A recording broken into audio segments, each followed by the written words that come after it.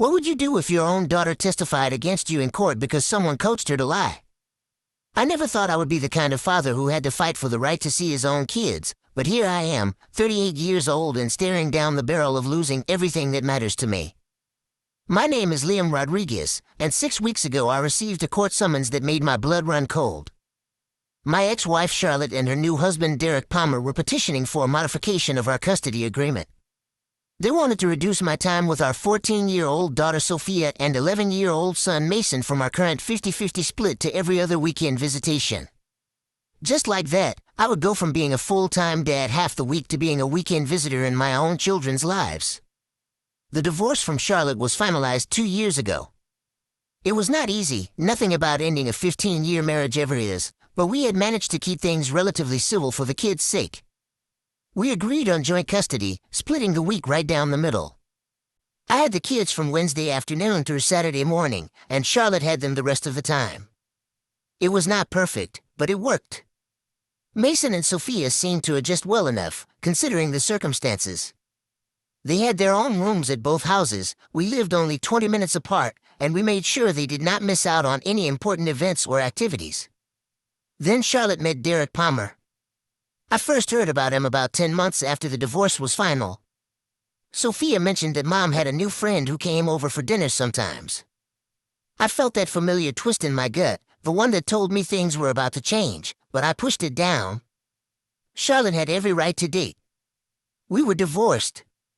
I had no claim on her life anymore. Derek, as I would soon learn, was a corporate attorney at one of the big firms downtown. He was 42, never married before, no kids of his own. He drove a Mercedes, wore expensive suits, and apparently saw my kids as some kind of ready-made family he could just slot himself into. Charlotte and Derek got married exactly 8 months after they started dating, in a ceremony I was not invited to but heard all about from Mason, who told me about the ice sculpture and the live band and the huge cake with sparklers on it. That was 6 months ago, and ever since then, things have gotten progressively worse. It started small. Sophia began mentioning all the cool things Derek was buying for them. A new gaming console for the house, the latest iPhone for her, expensive sneakers, concert tickets to see her favorite bands. Then came the trips. Derek took them to Disneyland for a long weekend during Charlotte's custody time. He surprised them with tickets to see a Broadway show in New York. He enrolled Sophia in a fancy summer photography workshop that cost $2,000. Meanwhile, I am a high school guidance counselor. I make a decent living, $58,000 a year, but I am not pulling in corporate attorney money. I could not compete with Derek's extravagant gestures, and I could tell it was starting to create a wedge between me and my kids, especially Sophia. She started coming to my house with an attitude. She would walk in the door, glance around at our modest 3-bedroom rental, and I could practically see her comparing it to Derek's 4-bedroom house with the pool and the home theater. She stopped wanting to help make dinner, saying Derek usually ordered in from nice restaurants. When I suggested we have a movie night like we used to, she sighed and said the home theater at Derek's house was so much better. Mason was easier. At 11, he was still young enough to just be happy spending time with me. We would kick a soccer ball around in the backyard, build elaborate Lego sets together, or just hang out and talk about his day at school. But even Mason started dropping Derek's name more and more. Derek taught him this, Derek said that, Derek bought him the other thing. I tried not to let it bother me. I reminded myself that I was their father, that the relationship I had built with them over their entire lives could not be bought with expensive gifts and fancy trips. But doubt has a way of creeping in, especially late at night when you are alone and wondering if you are enough. The first real warning sign came about 3 months ago. I was 15 minutes late picking the kids up from Charlotte's house because there was an accident on the highway that had traffic backed up for miles. I texted Charlotte as soon as I realized I would be late, apologizing and explaining the situation. When I finally pulled up, Derek was standing in the driveway with his arms crossed, looking at his watch. Before I could even get out of the car, he walked up to my window and said in this cold, clipped voice, "Punctuality is important, Liam. These kids need stability and reliability." I stared at him, too stunned to respond right away. Who the hell was he to lecture me about my own kids? I have been their father for 14 years, I finally said, keeping my voice level. I understand what they need. Derek just gave me this tight smile and said, "Well, we will see about that," then turned and walked back into the house. I should have known right then that something was wrong, that Derek was not just being an overprotective stepfather. But I was so focused on trying to maintain my relationship with Sophia and Mason that I did not see the bigger picture forming. Over the next few weeks, I started noticing other strange things. Sophia would mention casually that Derek had asked her questions about our time together, what we ate for dinner, whether I had been drinking, whether any women ever came over. At first, I thought he was just trying to get to know them better, to understand their lives. But the questions felt invasive, pointed. Then came the incident with the permission slip. Mason had a field trip coming up, and the permission slip was supposed to be signed and returned by Friday. Charlotte's custody time had just ended Wednesday afternoon when I picked the kids up, and Mason did not mention the field trip until Thursday night. I signed the slip immediately and told him to turn it in the next day at school. No big deal, right? Kids forget things. It happens. But apparently Derek saw it as a big deal. The following week when I dropped the kids back at Charlotte's house, Derek made a point of mentioning it. "Mason almost missed his field trip because you forgot about the permission slip," he said, standing in the doorway with that same tight smile. "I did not forget," I said, feeling my temper start to rise. "Mason did not mention it until Thursday night, and I signed it immediately." Derek just nodded slowly, like he was taking notes in his head, and said, "I see," before closing the door in my face. It kept happening. Every minor thing, every tiny imperfection in my parenting, seemed to get back to Derek.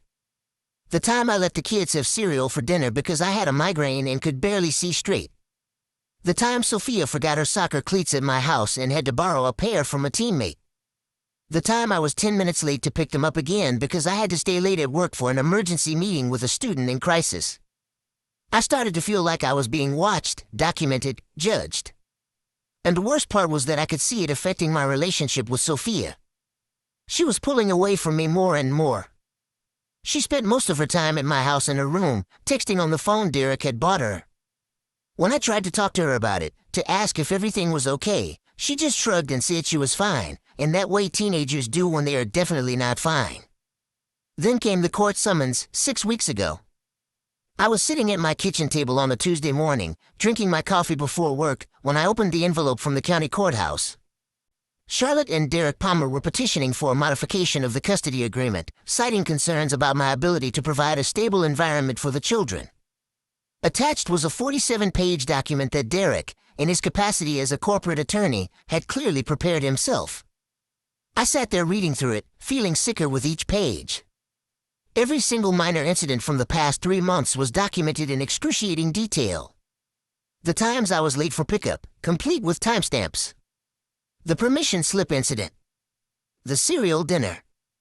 Even things I did not remember, like allegedly forgetting to pack Mason's lunch one day so he had to eat school lunch, or letting Sophia stay up past her bedtime to finish a school project.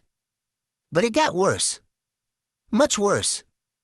The document included statements from both Sophia and Mason, supposedly given voluntarily, describing their time at my house. According to these statements, I drank heavily most evenings. I had strange women over frequently who they did not know. I was often angry and short-tempered with them. I neglected basic household tasks, leaving the house messy and chaotic. I fed them inadequate meals and failed to help with homework. None of it was true. None of it. I barely drank at all, maybe a beer once every few weeks. I had been on exactly 2 dates in the past year, neither of which involved bringing anyone back to my house while the kids were there. I was not perfect, but I was a good father. I kept the house clean, I cooked healthy meals most nights, I helped with homework every single evening. But here it was, in a legal document attributed to my own children. Sophia and Mason were saying these things about me, or at least Derek and Charlotte were claiming they said these things. I called my attorney immediately, a woman named Patricia Hayes who had handled my divorce. She read through the document and let out a long breath. "This is bad, Liam," she said. "They are building a case for parental unfitness. If we do not fight this hard, you could lose custody." The court date was set for 6 weeks out. In the meantime, a custody evaluator would be appointed to interview both households, talk to the kids, and make a recommendation to the judge. Patricia warned me that these evaluations carried significant weight. If the evaluator sided with Charlotte and Derek, I was in serious trouble. I spent the next 2 weeks in a fog of anxiety and fear. I could not eat, could not sleep. I kept replaying every interaction with my kids, every dinner I had made, every conversation we had had, trying to figure out where I had gone so wrong that they would say these things about me. My relationship with Sophia deteriorated even further. She barely spoke to me during my custody time. When I tried to talk to her about the court case, to ask her if she had really said those things about me, she just stared at her phone and muttered that she did not want to talk about it. Mason was different. He seemed confused, upset. One night he crawled into bed with me like he used to do when he was little and said, "Dad, I do not want you to be sad." "I am okay, buddy," I lied, pulling him close. "Everything is going to be fine." But I did not believe it. How could I, when my own daughter would not even look at me and my ex-wife's new husband was systematically dismantling my relationship with my children? The custody evaluator came to my house on a Thursday afternoon. Her name was Elena Mitchell, a stern-looking woman in her 50s who carried a leather portfolio and took notes on everything. She walked through each room of my house, opened my refrigerator, looked in the kids' bedrooms. She asked me hundreds of questions about my parenting style, my work schedule, my relationship with Charlotte and Derek, my dating life, my alcohol consumption. I answered everything honestly, feeling like I was on trial. And I was, in a way. This woman held my future with my kids in her hands. She interviewed Sophia and Mason separately in the living room while I waited in my bedroom, straining to hear but catching only muffled voices through the walls. Sophia's interview lasted 45 minutes. Mason's lasted 30. When they were done, Elena thanked me for my time and said she would be submitting her report to the court within 2 weeks. I spent those 2 weeks in agony. Patricia called me every few days to check in, to remind me to document everything, to keep detailed records of my time with the kids. I started writing down everything we did together, every meal we ate, every conversation we had, like I was building my own case file to counter Derek's. It was during one of those custody nights, about a week before the court date, that everything changed. Sophia had been in her room for hours, as usual. I made dinner, chicken stir-fry with vegetables and rice, and called both kids to the table. Mason came immediately, but Sophia took 10 minutes to drag herself out of her room, phone in hand, face set in that permanent scowl she seemed to reserve just for me. We ate in near silence. I asked about school. Mason chatted away about his science project. Sophia gave one-word answers without looking up from her phone. After dinner, Mason went to take a shower. Sophia started to retreat back to her room. I stopped her. "Soph," I said gently, "can we talk for a minute?" She turned, rolling her eyes. "About what?" "About everything," I said, "about the court case, about what is going on between us. I miss you, sweetheart. I miss talking to you." For just a second, I saw something flicker across her face, something that looked like guilt or maybe sadness. But then she crossed her arms and said, "There is nothing to talk about, Dad. I have homework to do." She turned and walked back to her room, closing the door firmly behind her. I stood there in the kitchen, feeling defeated. I cleaned up dinner, loaded the dishwasher, wiped down the counters. Then I walked down the hall to check on Mason, who was now in his pajamas building something with Legos on his bedroom floor. I knocked on Sophia's door, "Homework going okay in there?" "Fine," came the muffled response. I sighed and walked to my own room, exhausted. It was only 8:30, but I felt like I could sleep for a week. I lay down on my bed, fully clothed, and closed my eyes. I do not know how long I dozed. Maybe 20 minutes, maybe an hour. But I woke up needing to use the bathroom. I got up, walked down the hall, and noticed that Sophia's door was slightly ajar. I glanced in as I passed, just checking on her like I always did, and saw her lying on her bed, earbuds in, eyes closed. But her laptop was open on her desk, screen still lit up. I should not have looked. I know that. Privacy is important, especially for teenagers. But something made me pause, some instinct that told me I needed to see what was on that screen. I pushed the door open a little wider and stepped quietly into the room. Sophia did not stir. I could hear music leaking from her earbuds from across the room. I walked to her desk and looked at the laptop screen. What I saw there made my heart stop. The laptop was open to her text messages, synced from her phone. And right there on the screen was a conversation between Sophia and Derek Palmer. I started reading, my hands shaking. The messages went back weeks, dozens and dozens of them. Derek asking Sophia questions about me, about our time together. And Sophia answering, but not truthfully. She was telling Derek that I drank wine with dinner every night, that I seemed drunk sometimes. She was telling him that I had a woman over one weekend, that she heard me laughing with her late at night. She was telling him that I yelled at her for no reason, that I did not help her with homework, that I fed them fast food all the time. None of it was true. None of it. But that was not even the worst part. I scrolled up, my heart pounding so hard I thought it might burst out of my chest. There, from 2 weeks ago, was a message from Derek that made everything click into place. Remember what we talked about, Sophia? Derek had written, when you meet with the custody evaluator, you need to tell her exactly what we discussed. It is very important that you mention your dad's drinking and the women he brings around. I know it is hard, but we are doing this to protect you and your brother. Your mom and I love you, and we just want what is best for you. Sophia had responded, I do not know Derek. It feels wrong. Dad does not really drink that much and he has not brought any women over. Derek's response came quickly. I understand this is difficult, sweetheart, but you do not see what your mom and I see. Your dad is not stable right now and we need to make sure you and Mason are safe. You do not want your dad to get worse to you. We need to help him by making sure you spend more time in a stable environment. Can you do that for your mom and me? There were more messages, dozens more, all following the same pattern. Derek coaching Sophia on what to say, how to say it, what details to include. He told her to mention specific incidents, even ones that had not happened. He told her to cry when talking about how stressed she felt at my house. He told her to say she was afraid to tell the evaluator the truth because she did not want to hurt me. And Sophia, 14 years old and desperate for approval from this man who had swept into her life with gifts and attention, had done exactly what he asked. I kept scrolling, feeling sicker and sicker.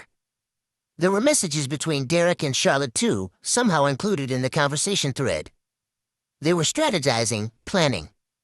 Derek wrote about deliberately scheduling expensive outings during my custody time, specifically choosing things Sophia loved to do, to make her resentful about being at my house instead. He bragged about documenting every single one of my minor parenting mistakes. He called me unfit and unstable and said that getting the kids away from me full-time was the best thing for everyone. Charlotte had agreed with everything, adding her own observations, her own criticisms. She called me a mediocre father. She said the kids deserved better. She said she should have full custody from the beginning. I stood there, shaking, tears streaming down my face, reading messages between my ex-wife and her new husband as they systematically destroyed my relationship with my children and plotted to take them away from me. Then I saw the most damning message of all, from just 3 days ago.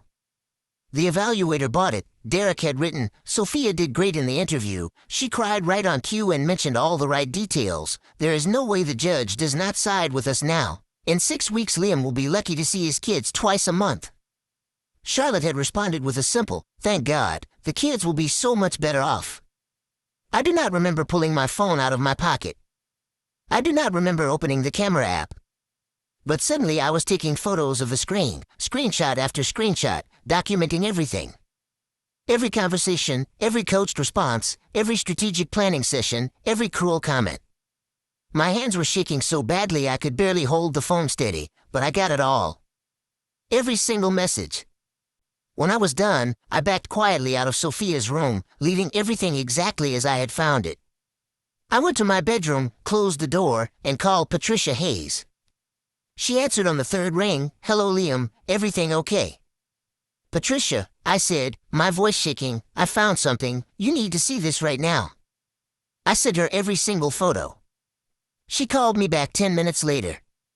Liam, she said, and I could hear the shock in her voice, this is parental alienation, this is coaching a witness, this is, she paused, this is exactly what we need. We spent the next 2 hours on the phone, going through every message, building our strategy. Patricia told me not to confront Sophia, not yet. She told me not to let Derek or Charlotte know that I had found the messages. We needed the element of surprise in court. The next few days were the hardest of my life.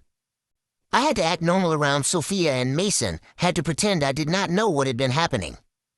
Every time Sophia looked at me with that cold, distant expression, I wanted to pull her into my arms and tell her that I knew, that I understood, that I was not angry at her. But I could not. Not yet. I dropped the kids off at Charlotte's house at the end of my custody time and watched Sophia walk inside without saying goodbye, just like she had been doing for months. But this time I knew it was not really her. It was Derek, poisoning her mind against me, manipulating her into believing I was someone I was not. Patricia filed an emergency motion with the court, requesting that Derek's text messages and emails be subpoenaed through discovery.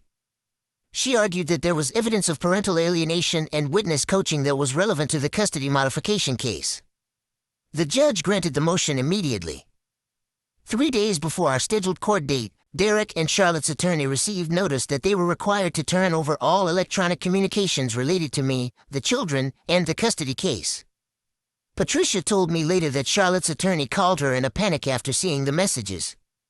They knew they were caught. They knew exactly what those messages would reveal. The court date arrived. I sat at the table next to Patricia, my stomach in knots, watching as Charlotte and Derek walked in with their attorney. Derek looked calm, confident, like he thought he had already won. Charlotte would not meet my eyes. The judge, a woman named Vivian Cole who had a reputation for being fair but tough, reviewed all the evidence. She read through Derek's 47-page dossier. She read the custody evaluator's report, which did indeed recommend that my custody time be reduced, based largely on Sophia's testimony.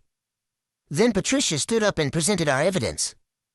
"Your Honor," she said, "I would like to submit into evidence electronic communications between the respondent Charlotte Palmer and her husband Derek Palmer that directly contradict the testimony given by the minor child Sophia Rodriguez." She handed copies to the judge and to Charlotte's attorney. I watched Derek's face as he realized what was happening. The color drained from his cheeks. Charlotte looked like she might be sick. Judge Cole put on her reading glasses and began going through the messages.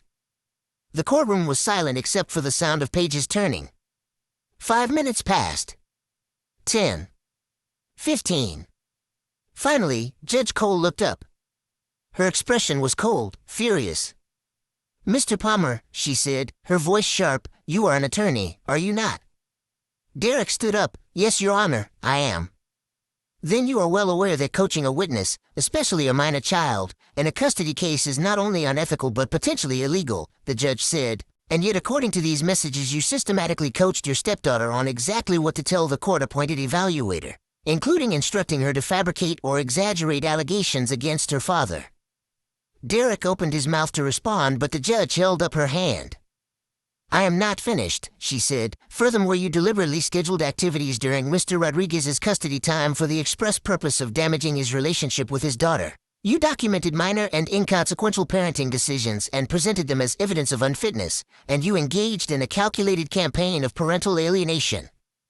She turned to Charlotte. "And Mrs. Palmer, you participated in and encouraged all of this. You allowed your husband to manipulate your daughter, to use her as a weapon against her own father. Do you have any idea how damaging this is to a child?" Charlotte was crying now, shaking her head. "I just wanted what was best for them," she whispered. "What was best for them," Judge Cole repeated incredulously. "Coaching your 14-year-old daughter to lie in a legal proceeding is what is best for her. Making her believe her father is unfit when he clearly is not is what is best for her. I have reviewed Mr. Rodriguez's history. He has been a dedicated and involved father. Nothing in the actual evidence suggests otherwise. Every allegation in your petition is either grossly exaggerated or completely fabricated." The judge leaned back in a chair, looking at Charlotte and Derek with something close to disgust. "I am denying your petition for custody modification," she said. "The existing 50-50 custody arrangement will remain in place. Furthermore, I am ordering both children to attend family therapy with their father to address the damage caused by these alienation tactics." She paused, letting that sink in. "And I am putting both of you on notice," she continued. "Any further attempts to alienate these children from their father will result in me reconsidering custody in Mr. Rodriguez's favor. Do you understand me? If I see any evidence that you are continuing to manipulate these children or interfere with their relationship with their father, Mrs. Palmer, you could lose custody entirely." Charlotte nodded, still crying. Judge Cole turned to Derek. "And Mr. Palmer, I am issuing a court order that you are prohibited from disciplining or making any parenting decisions regarding Sophia and Mason Rodriguez. You are not their father. You are their mother's husband, and you will act accordingly. If I hear that you have violated this order, I will hold you in contempt of court." Derek's jaw was tight, but he nodded. "Yes, Your Honor." The judge signed several documents and handed them to the bailiff, then looked at me. "Mr. Rodriguez," she said, her voice softening, "I apologize that you had to go through this. No parent should have to defend themselves against fabricated allegations, especially from their own children who were manipulated into making them. I hope therapy will help repair your relationship with your daughter." "Thank you, Your Honor," I managed to say, my voice thick with emotion. Court was adjourned. I stood up on shaking legs. Patricia put her hand on my shoulder. "You did it, Liam," she said quietly. "You saved your relationship with your kids." Charlotte and Derek left quickly, not looking at me. Their attorney followed, looking shell-shocked. I sat back down at the table, suddenly exhausted. It was over. I had won. But I did not feel victorious. I felt sad, angry, relieved, and terrified all at once. That evening was my custody night. I picked up Mason and Sophia from Charlotte's house. Derek did not come to the door. Charlotte handed me their bags with tears in her eyes but did not say anything. The drive home was silent. Sophia sat in the back seat staring out the window. Mason kept glancing between us, sensing something had changed but not understanding what. When we got home, I made dinner, spaghetti and meatballs, one of their favorites. We sat at the table together. Mason ate hungrily, chattering about a video game he wanted. Sophia pushed food around her plate. After dinner, I told Mason to go get ready for bed. When he was gone, I turned to Sophia. "We need to talk, sweetheart," I said gently. She looked up at me, and I could see fear in her eyes. "Am I in trouble?" "No, baby," I said, reaching across the table to take her hand. "You are not in trouble, but I need you to know that I saw the messages between you and Derek." Her eyes went wide. She pulled her hand back. I do not," she started, then stopped, tears filling her eyes. "I know he coached you," I said. "I know he told you what to say to the custody evaluator, and I know none of it was true. I do not drink heavily soft. I have not brought women around. I am not unstable or unfit." The tears spilled over. "I am so sorry, Daddy," she whispered, using the name she had not called me in over a year. "I did not want to do it, but Derek kept saying it was to protect me and Mason. He said you were having problems and we needed to help you by staying with them more." I moved around the table and pulled her into my arms. She sobbed against my chest, 14 years old and still my little girl underneath all the teenage attitude and expensive gifts. "It is okay," I whispered into her hair. "I know you were confused. I know Derek manipulated you. I am not angry at you, sweetheart. I love you so much." "I thought you were not good enough," she said through her tears. "I thought Derek was better because he bought us all those things and took us all those places. I thought that meant he cared more. I am so sorry, Dad." "Things do not equal love, Soph," I said, pulling back to look at her face. "Derek bought you those things because he was trying to replace me. But he can never replace me because I am your father and I have loved you since the day you were born. Nothing will ever change that." She hugged me tighter. "I miss you," she said. "I miss how we used to be." "We will get there again," I promised. "We are going to go to therapy together and we are going to fix this, okay?" She nodded against my chest. We sat like that for a long time, my daughter in my arms, both of us crying. Mason eventually came out in his pajamas and joined us, wrapping his arms around both of us even though he did not fully understand what was happening. He just knew we needed him there. That was 6 months ago. It has not been easy. Sophia and I went to therapy every week for the first 3 months, then every other week after that. We talked about everything, about the divorce, about Derek, about how she had felt manipulated and confused. Our therapist helped her understand that what Derek did was wrong, that he had used her love for her mother and her desire to please adults to turn her against me. Slowly, gradually, my daughter came back to me. The coldness thawed. The walls came down. She started talking to me again, really talking, the way we used to. She apologized more times than I could count. I told her every single time that I forgave her, that I understood, that I loved her.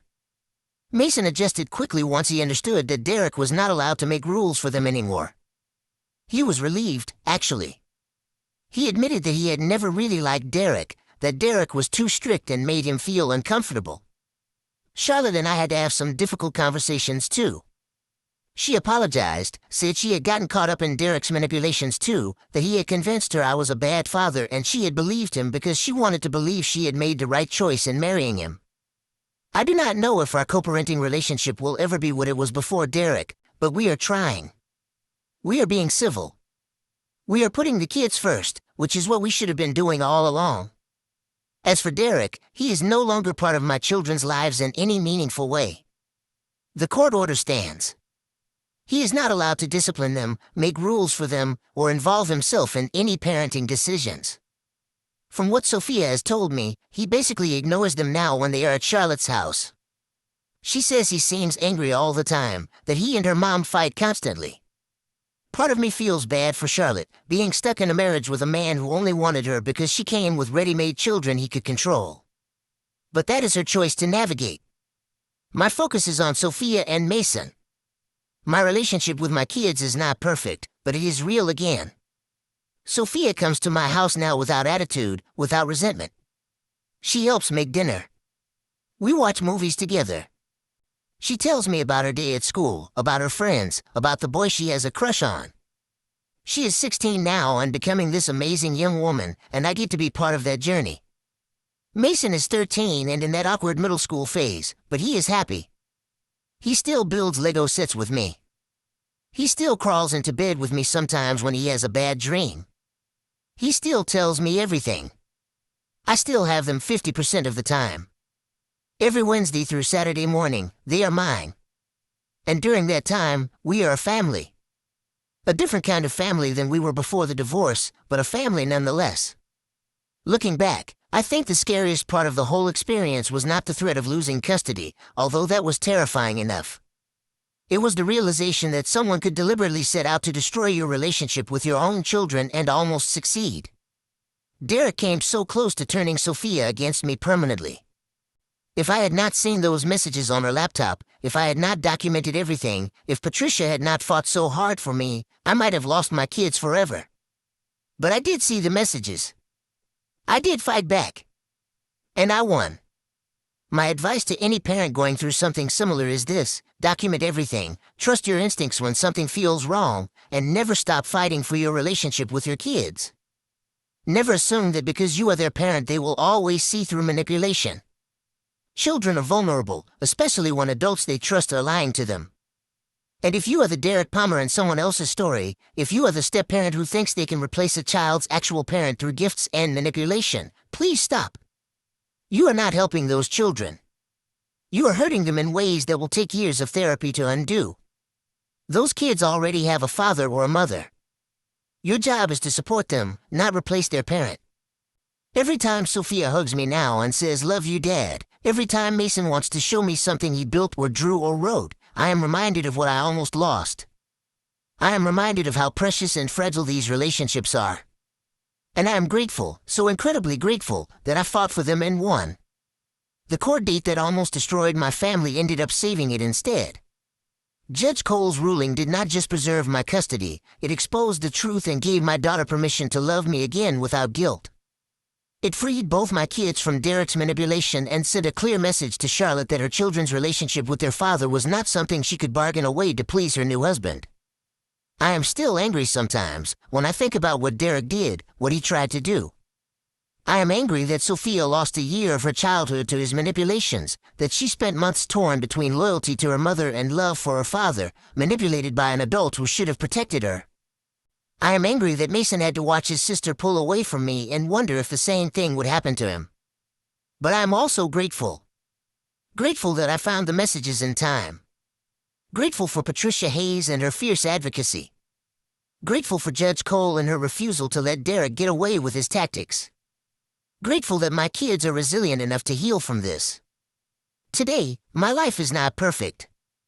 I still live in the same modest rental house. I still make the same counselor's salary. I still cannot compete with expensive gifts and luxury vacations. But none of that matters anymore, because Sophia and Mason know now that love is not measured in dollars spent or trips taken. Love is showing up, being present, being honest. Love is fighting for them even when it feels hopeless. Love is being their father every single day, no matter what. And that is exactly what I plan to keep doing for the rest of my life.